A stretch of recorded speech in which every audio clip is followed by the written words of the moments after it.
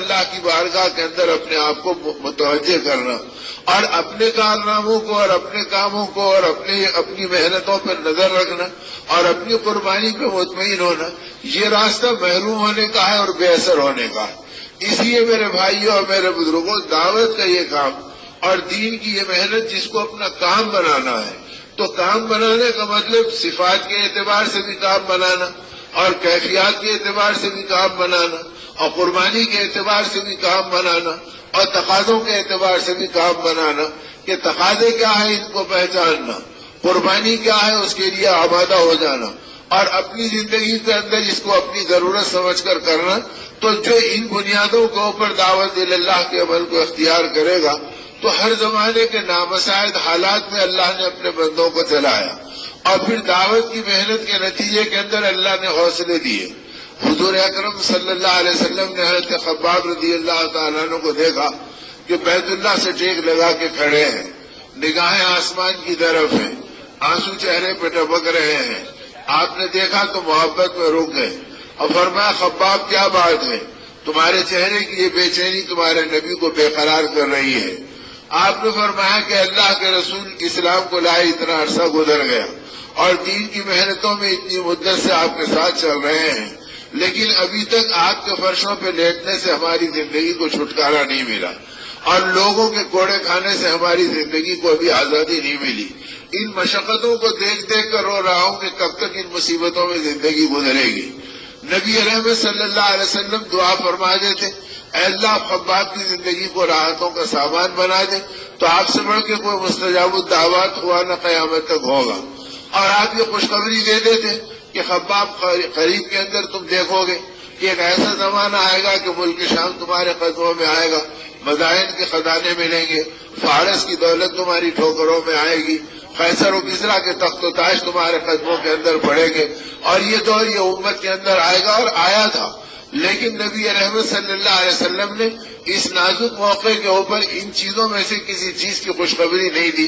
بلکہ حضرت خباب کہتے ہیں آقا کے چہرے کا رنگ بدل گیا، کیفیت متغیر ہو گئی، اور آپ نے جلال میں فرمایا کہ خباب تمہیں کیا ہو گیا کہ تم اتنے بزدل اور کمزور اور بے بس بن گئے کہ تھوڑی سی محنتوں کے اوپر گھبرا گئے اور تھوڑی سی قربانیوں کے اوپر پریشان ہو گئے۔ کیا تم نبیوں کے ان واقعات کو یاد نہیں کرتے جن کے سروں پہ آرے چلا دیے گئے؟ کیا تم ان واقعات کو یاد نہیں کرتے کہ اللہ کے محبوب بندوں کے بدن کے اوپر زندہ لوہے کی کنگیاں ان کے گوشت کو کھینچنے کے لیے لگا دی گئی اور ان کے جسم کو اس طرح سے تڑپا تڑپا کر شہادت کے مرتبے میں پہنچایا گیا؟ وہ اللہ سے راضی رہے اور اللہ کے دین کی محنتوں میں لگے رہے، اور تم اتنی سی محنت کے اوپر گھبرا گئے اور اتنی سی قربانی کے اوپر تم پریشان ہو گئے۔ حضرت خباب کہتے ہیں میں چونک گیا اور کہا اللہ کے رسول دعا کیجئے اللہ انہی مجاہدوں میں لذت دے دے اور انہی قربانیوں میں راحت دے دے۔ تو گویا صحابہ کرام کو نبی کریم صلی اللہ علیہ وسلم نے اونچی قربانیوں پر اٹھایا اور ان اونچی قربانیوں پر امت کی تربیت کا سامان فرمایا، تاکہ امت یہ سمجھے کہ اللہ کے لیے مر مٹنا ہماری زندگی کو مقصود ہے، اور اللہ کے لیے اپنی زندگیوں کو دین اور ایمان کی محنت پہ لگا دینا ہماری زندگی کا حاصل ہے۔ جب یہ چیز صحابہ کرام رضوان اللہ علیہ اجمعین کی زندگیوں میں آ گئی تو اس نے ان کے یقین کو مضبوط بھی کیا، دعوت کے اندر جان و مال کے لگانے میں لذت بھی دی، اور اس راستے کے اندر ان کی عزتوں کو دکھایا بھی۔ اس درجے ان کی زندگیوں کو اطمینان نصیب ہوا کہ پیٹ پھٹ رہا ہے، آنتیں باہر کو نکل رہی ہے، اور ان خون کے فواروں کو اپنے ہاتھوں پہ لے کے چہروں پہ مل رہے ہیں، اور پھر یہ کہہ رہے ہیں کہ فزت برب الکعبہ، رب کعبہ کی قسم ہم تو کامیاب ہو گئے۔ تو گویا کامیابی کا یقین اس آخری لمحات کے اندر بھی اپنی آنکھوں سے دیکھ رہے تھے کہ سامنے کے دشمن کا دل موم بن رہا ہے، اور وہ جو ابھی اتنے بڑے جرات کے ساتھ ہلاکت کا کام کر رہا تھا وہ حیرت سے اس بات کو پوچھ رہا ہے دوسرے صحابی سے کہ یہ کیا بات ہے کہ بیوی ان کی بیوہ، بچے ان کے یتیم، گھر ان کا ڈھیر، اس کی اپنی زندگی کا خاتمہ، اور پھر یہ رب کعبہ کی قسم کھا کے کہہ رہا کہ میں کامیاب ہو گیا۔ تو وہ کون سی کامیابی ہے جس نے اس کو یہ اطمینان دلایا اور جس نے اس کے اندر سے اس کامیابی کی خوشبو کا نعرہ اس سے لگوایا؟ اب انہوں نے جب کامیابی کی تفصیل بتائی، عالم برزخ کی حقیقت بتلائی، اللہ کی قدرت اور کبریائی سمجھائی، اس پہ ملنے والا انعام و اجر بتلایا، تو اس کا دل اتنا موم بنا کہ اس نے کہا اگر کامیابی زندگی کا نام ہے تو مجھے بھی نبی کی غلامی میں لے لو اور اللہ کی وحدانیت میں قبول کر لو اور مجھ کو بھی وہ ایمان کا کلمہ پڑھا دو، تو ہماری شہادت لوگوں کی ہدایت کا سبب بنتی تھی۔ آج ہماری زندگی ہماری پیٹ کی اولاد کو حق کا راستہ بتلانے میں رکاوٹ بنتی، اس لیے کہ دین کی محنتیں ہماری زندگی میں رہی نہیں، اور جو رہی تو وہ برکتن رہی، ثوابن رہی اور وقتاً رہی، اور اس نتیجے کے اندر وہ اتنی کمزور بن گئی کہ وہ اوروں کے اندر اس کا وجدان کیا پیدا کرتی، اپنی زندگی کے اندر دعوت کی حقیقت اور دعوت کی طاقت یہ اپنی جگہ باقی نہیں رہی۔ اسی لیے فرمایا کہ جب دعوت کی محنت کمزور پڑے گی تو اس کی زد میں آنے والی پہلی چیز آدمی کا اپنا ایمان ہوگا، اس کی یقین کی دولت ہوگی کہ وہ متزلزل ہو جائے گی، اور جب یقین کی دولت متزلزل ہوگی تو اب اس کی نگاہ اللہ کے بجائے غیر اللہ کے اوپر جانے لگے گی۔ اسی لیے حضرت مولانا صاحب رحمۃ اللہ علیہ فرمایا کرتے تھے، یاد رکھو اس محنت کے اندر اپنی ذات کو طلبگار بناؤ، اپنے آپ کو حاجت مند بناؤ، اور دین کی محنتوں کو اپنی ضرورت بنا کر چلو، اور اتنی ضرورت بنا کر چلو کہ مخلوق تمہاری نگاہوں میں بے وزن ہو جائے۔ اگر تم دعوت خالق کی دے رہے ہو اور مروب مخلوق سے ہو رہے ہو اور دلوں پہ تاثر مخلوق کا پڑ رہا ہے تو یاد رکھنا اگر اس حالت میں موت آئے گی تو قیامت کے دن سیاہ چہروں کے ساتھ اٹھائے جاؤ گے۔ اور اگر اپنی زندگی کے اندر اللہ کی سرخروئی دنیا میں بھی چاہتے ہو، نسلوں میں ہدایت مانگتے ہو، انسانیت کے اندر دعوت کی محنتوں کی عمومیت مانگتے ہو، اور اللہ رب العزت کی ذات عالی سے اجر کے امیدوار ہو، تو وہ محنت کرو جس کے اندر مخلوق کا تاثر دلوں کے اوپر باقی نہ رہے اور مخلوق تمہارا مقصود بننے والی نہ رہے، اور ہمیشہ خالق کے لیے مر مٹنے کا جذبہ اپنی زندگی کے اندر آئے۔ اگر یہ رخ زندگی کے اندر آئے گا تو چھوٹی چھوٹی خطاؤں پر آدمی گھبرا جائے گا، اور ہر کمی کی تو کمی ہے، اپنی نیکی کو گناہ سمجھ کر آدمی کو کپکپانا اور اپنی زندگی کے اندر تھر تھرانا اور اپنی زندگی کے اندر اللہ کی بارگاہ کے اندر بے قرار ہونا، یہ وہ چیزیں ہیں جو صحابہ کی زندگی کے اندر موجود تھی۔ اگر حضرت عمر رضی اللہ تعالیٰ عنہ اپنے نفاق پہ ڈرتے تھے اور رات کے اندھیرے کے اندر گھبرا کر بے چین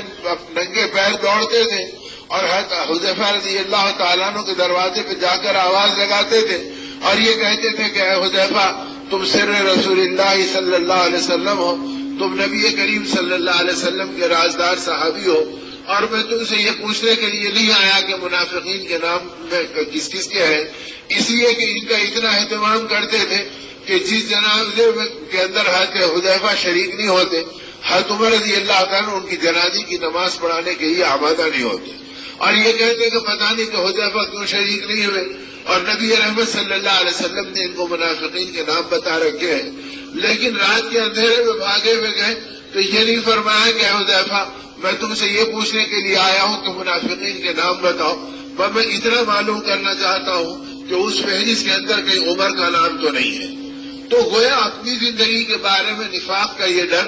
ایمان کی محنتوں کے کمال کے بعد اور قربانیوں کے اندر اپنی زندگی کو بھلا دینے کے بعد اور قدم قدم پر اللہ کی منشا کو اور حضرت محمد رسول اللہ صلی اللہ علیہ وسلم کی اتباع کو اپنے سامنے رکھنے کے بعد یہ کیفیت داعی کی زندگی میں پیدا ہوتی ہے جب وہ اپنی دعوت میں مخلص ہو اور وہ اپنی زندگی کے اندر اپنے اعمال کو ٹٹول رہا ہو اور وہ اللہ کی ذات عالی کے اوپر ہو گیا ثواب کو امیدوار بنا ہو،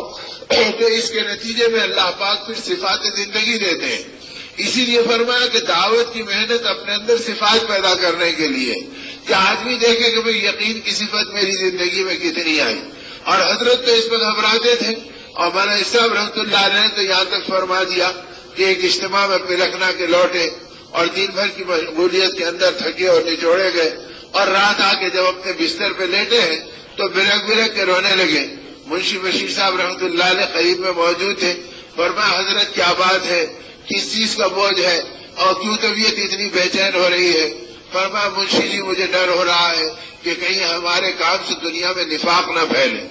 اب یہ سن کے حضرت منشی بشیر صاحب رحمۃ اللہ علیہ نے تسلی دی اور فرمایا حضرت کیسی عجیب بات آپ فرما رہے ہیں، اللہ کا کرم ہے، اللہ کے بندے جان و مال لے کے نکل رہے ہیں، اللہ کے راستے میں چل رہے ہیں، اور پھر اس کے بعد میں اللہ کے بندوں کو ہدایت اور اس راستے کا رجوع نصیب ہو رہا ہے، اس پہ تو اللہ کا کرم ہے، آپ یوں کیوں بے چین ہو رہے ہیں؟ فرمایا کہ منشی جی مجھے ڈر اس بات کا ہے کہ ہماری زبانیں کہیں کہ اللہ سے ہوتا، اللہ کے غیر سے نہیں ہوتا، اور ہمارے دل اللہ کے غیر کو جھانکتے رہیں اور اس مردار دنیا کے سامانوں کو طلبگار بناتے رہیں، تو ڈر ہے کہ کہیں یہ دنیا کے اندر دین کی محنتوں کا استقبال اور دعوت میں ملنے والی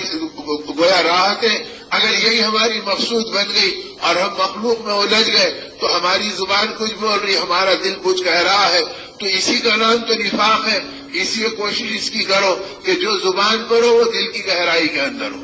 تو میرے بھائیوں اور میرے بزرگوں، یہ محنت اصل میں صفات زندگی کو پیدا کرنے کے لیے ہے۔ اللہ پاک مجھے بھی یقین کی دولت دے اور آپ کو بھی یقین کی دولت دے، اور ہماری زندگی اس مزاج کے اوپر بنے کہ ہر کام کے اندر ہماری نگاہ اللہ کی ذات پر ہو اور ہر آنے والے احوال پر ہماری نظر اللہ کی ذات پر ہو۔ اب صحابہ کرام کے واقعات اور ان کے اقوال جو بتلاتے ہیں کہ اللہ کے نبی ہیں، انبیاء کے امام ہیں، کونین کے سردار ہیں، اور تھوڑی سی آندھی بڑھ گئی اور تھوڑی سی ہوا کے جھونکے بڑھ گئے تو مسجد میں رجوع ہو گئے، نماز میں لگ گئے۔ اے اللہ اپنے عطاب سے انسانیت کو بچا لے، اے اللہ اپنے عذاب سے امت کی حفاظت فرما لے۔ تو تھوڑی ہوا کے جھونکے بڑھ گئے اور تھوڑی آندھیوں کے جھکولے بڑھ گئے تو انبیاء کے امام صلی اللہ علیہ وسلم بے چین ہو گئے۔ اور آج جب یہ یقین کی دولت لٹ گئی تو دنیا کے پیچیدہ حالات ہماری زبانوں کے افسانے بن گئے، ہماری زندگی کے بدلنے کا سبب نہیں بنے، ہمارے اللہ کی طرف رجوع ہونے کے اسباب نہیں بنے۔ اسی ضرورت اس کی ہے کہ وہ محنت زندگی کے اندر آئے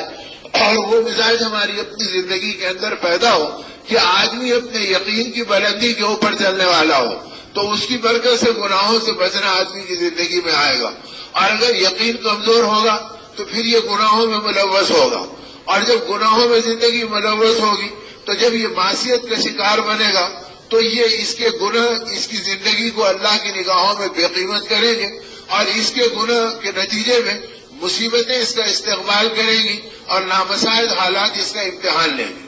اور جب یہ اس کے اندر مبتلا ہوگا تو پھر دلوں کے اندر اناد آئے گا، قلوب میں سینوں کے اندر عداوت آئے گی اور آدمی کا ذہن منتشر ہوگا، اور پھر یہ اللہ کا نام لے کر غیر اللہ کے دھوکے کے اندر اپنے آپ کو ڈالے گا۔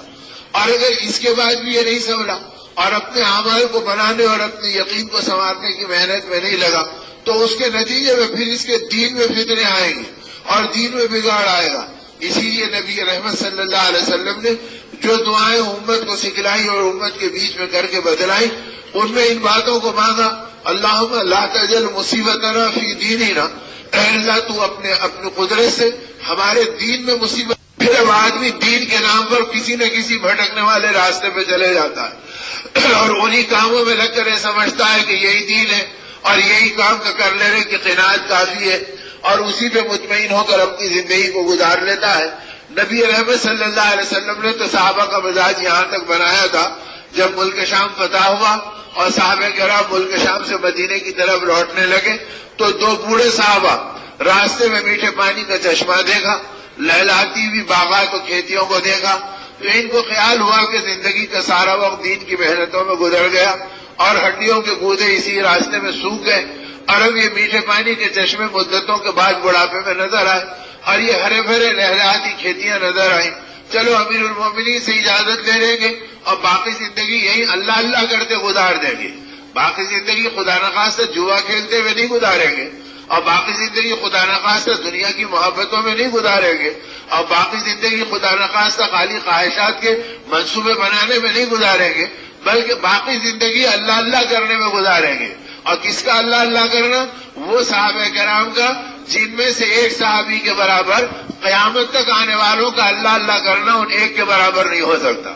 حضور پاک صلی اللہ علیہ وسلم کے ارشاد پاک کا خلاصہ ہے، اگر میرے صحابہ میں سے کسی صحابی نے مٹھی بھر جو خیرات کر دیا اور بعد آنے والی امت کا طبقہ اگر احد کے پہاڑ کے برابر سونا خیرات کر دیا تو وہ میرے صحابی کے مٹھی بھر جو کے برابر نہیں ہو سکتا۔ تو ان کا مرتبہ تو اتنا اونچا، تو وہ اس مرتبے سے ان کا اللہ اللہ کہنا، اب ان میں اللہ کی معرفت جو ہوگی بعد والے ان معرفت کی گرد و غبار نہیں لا سکتے، اور جو ان کے اندر اللہ رب العزت کی عظمت ہوگی بعد والے اس عظمت کا تصور اور پرتو نہیں لا سکتے۔ اب وہ یہ کہہ رہے ہیں کہ ہم امیر المومنین سے اجازت لے لیں کہ باقی زندگی یہاں اللہ اللہ کرتے ہوئے گزار دیں، حضرت عمر رضی اللہ تعالیٰ نے اس کے جواب میں فرمایا، اے لوگوں تمہیں کیا ہو گیا؟ کیا یہود و نصارہ مر گئے جو تمہارا دل دنیا کے اندر لگنے لگ گیا؟ تم دین کی محنت کرتے رہو، اللہ دنیا کو تمہارے قدموں میں ڈالتے رہیں گے۔ اگر تم ایمان کا کام کرو گے تو خدا ایک مخلوق کو دنیا کے کام کرنے پہ پابند کر دیں گے اور ان کا خراج تمہارے قدموں میں آئے گا اور ان کی محنتوں کا حصول تمہارے قدموں کے اندر پہنچایا جائے گا۔ تو یہ ضابطہ ہمیشہ کے لیے بنایا گیا قیامت تک کے لیے کہ اگر دین کے کام کو اپنا کام بنا لو تو خدا ہمارے کاموں کو غیر سے پورا کر دیں گے۔ اب دین کے کام کو اپنا کام بنانے کا راستہ دعوت اللہ کا کام کہ اللہ کی بڑائی بولنا، اللہ کی بڑائی سننا، اللہ کی بڑائی سوچنا اور اللہ کی بڑائی کو مانگنا اور اللہ کی بڑائی کے مراقب بننا اور اللہ کے بندوں میں اللہ کی بڑائی کو منتقل کرنا۔ اگر یہ محنت اور یہ مزاج زندگی کے اندر آیا تو اللہ کے غیر سے پھر یہ زندگیاں پاک ہوگی اور ایک اللہ کی ذات عالی کی عظمت اور بڑائی دل کی گہرائی کے اندر پہنچے گی۔ اس کا نتیجہ یہ تھا کہ اب صحابہ کرام کی زندگیاں جب دین کی محنت اور ایمان کی کوششوں میں چل رہی تھی تو ان کے نزدیک مرنا اور جینا برابر ہو گیا تھا، بلکہ موت کو تلاش کرنا اور شہادت کے مواقع کو ڈھونڈنا اور اس کے اندر اپنی زندگیوں کے نذرانوں کو لگانا اور ان کے اندر کسی تاثر سے ان کی زندگیاں اتنی پاک تھی کہ احد کے موقع کے اوپر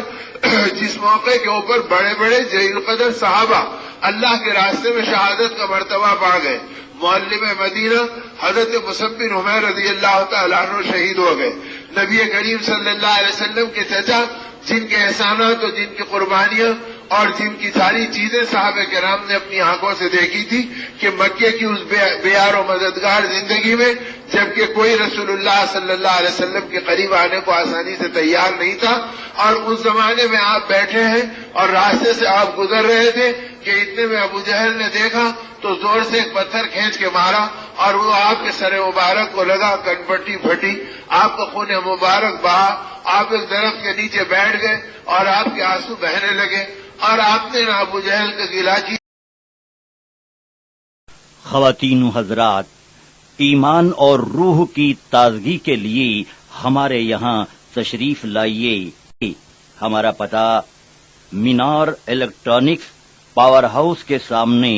کلیان road, Bhiwandi, Maharashtra, India. Mobile number 9823250416